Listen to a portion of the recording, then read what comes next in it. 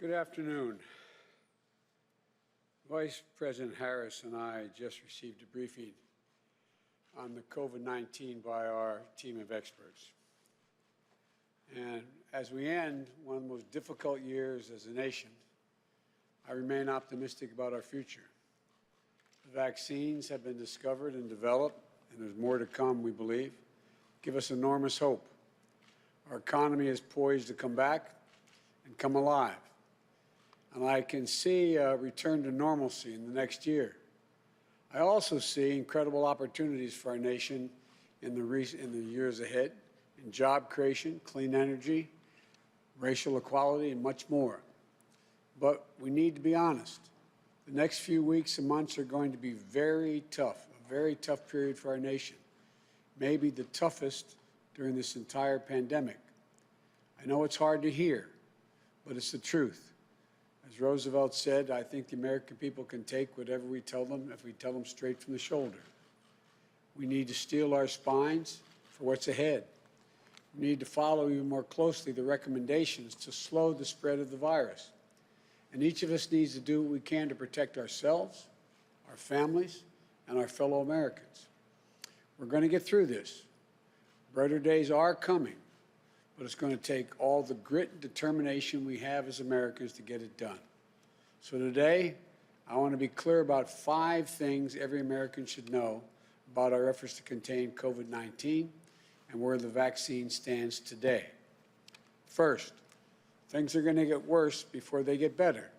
In September, we passed a grim milestone, 200,000 deaths. At that time, in this very room, many of you remember, I warned that we'd hit 400,000 deaths before the end of the Trump administration in January.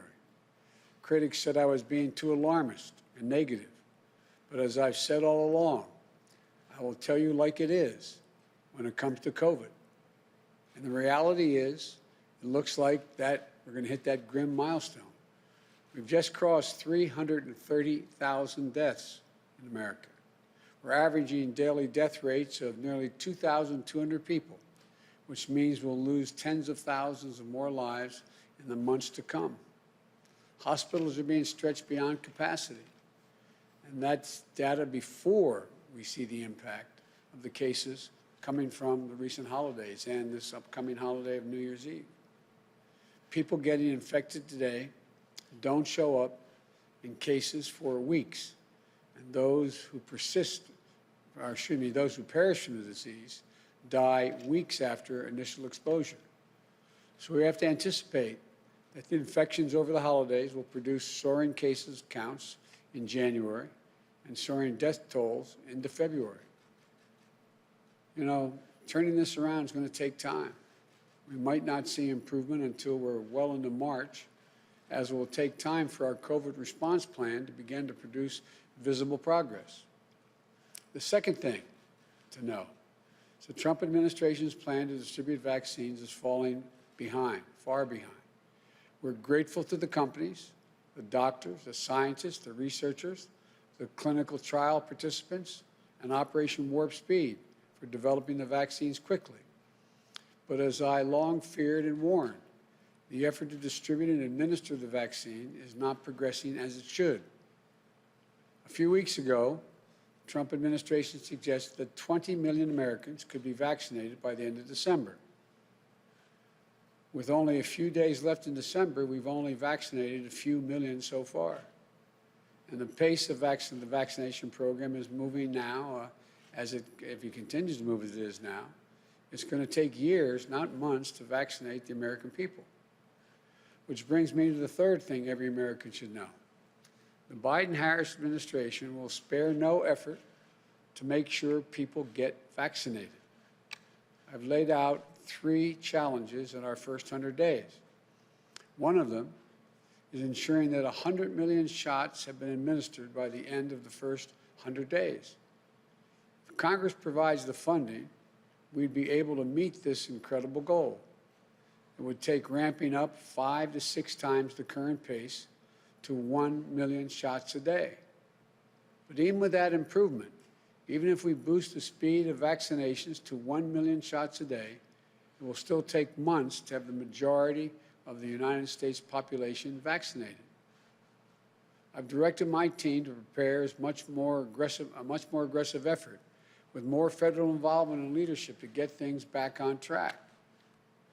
We will find ways to boost the pace of vaccinations.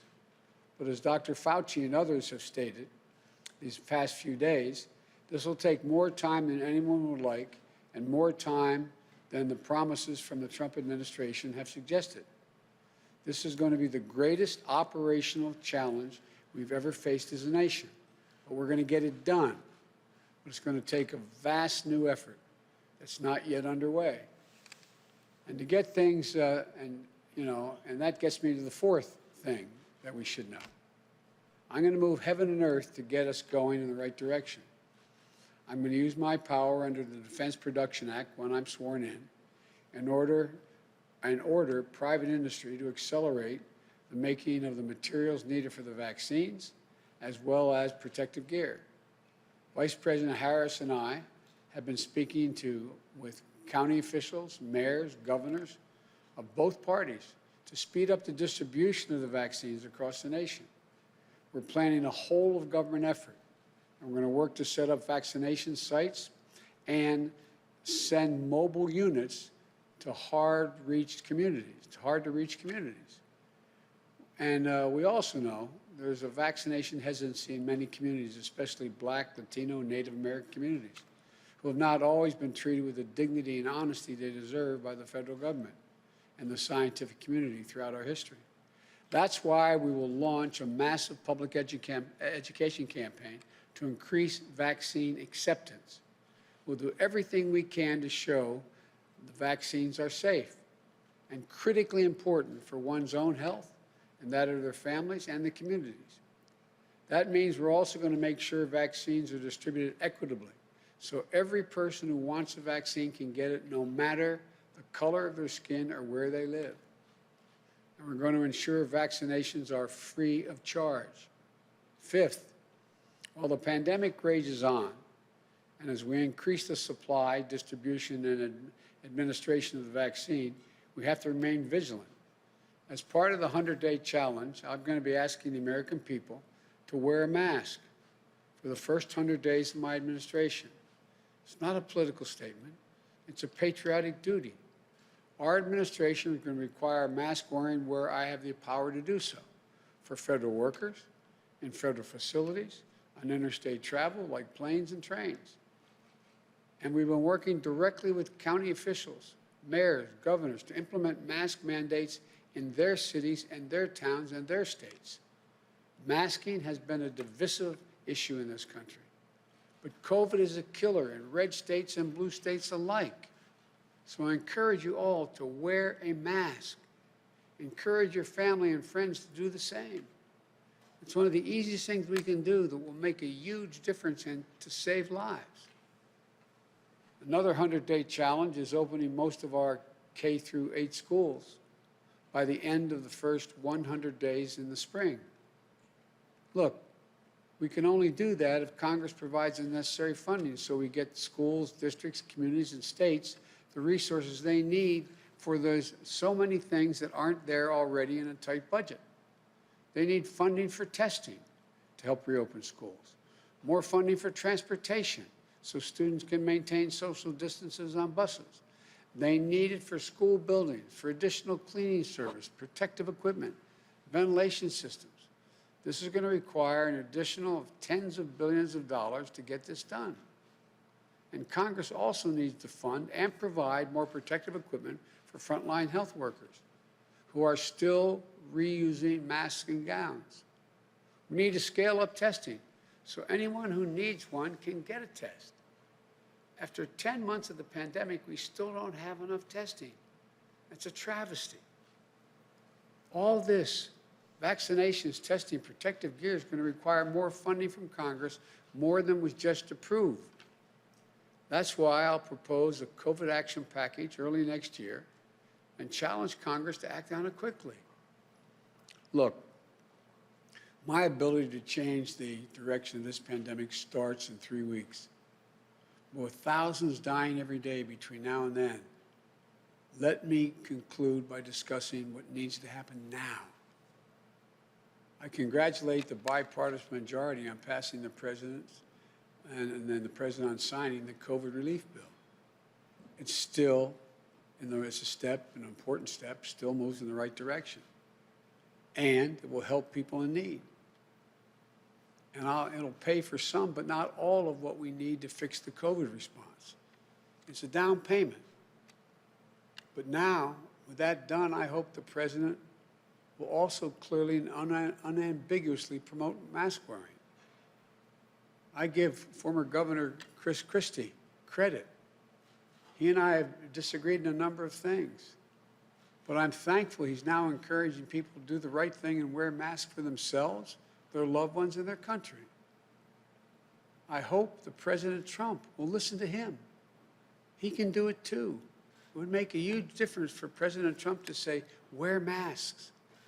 I hope the President will clearly and unambiguously urge all Americans to take the vaccine once it's available. I took it to instill public confidence in the vaccine. President-elect Harris took hers today for the same reason. And when the President's doctors recommend it, President Trump should take it and instill the same degree of confidence. Let me also say this to the American people. We can save, all the experts tell us, between 60 and 100,000 lives in the weeks and months ahead if we just step up together, wear a mask, socially distance, wash our hands, avoid large indoor gatherings. I know all these are not easy to ask, but I'm asking you to make a sacrifice. You're already making tremendous sacrifices every single day. It's hard on your lives, on your livelihoods, on your kids, on your families. It's not small what we're asking of you, but we're in this together. And the actions we take now are going to help us contain the pandemic and get us back to our lives and to our loved ones. So the American people, to all of you, I know there's a lot that we have to do, but I want you to know there's also much we can do. We're the United States of America. We've been through hard times before as a nation, and we'll come through this as well. I promise you we will. So please, I wish you a Happy New Year. May God bless you and may God protect our troops. Wear a mask.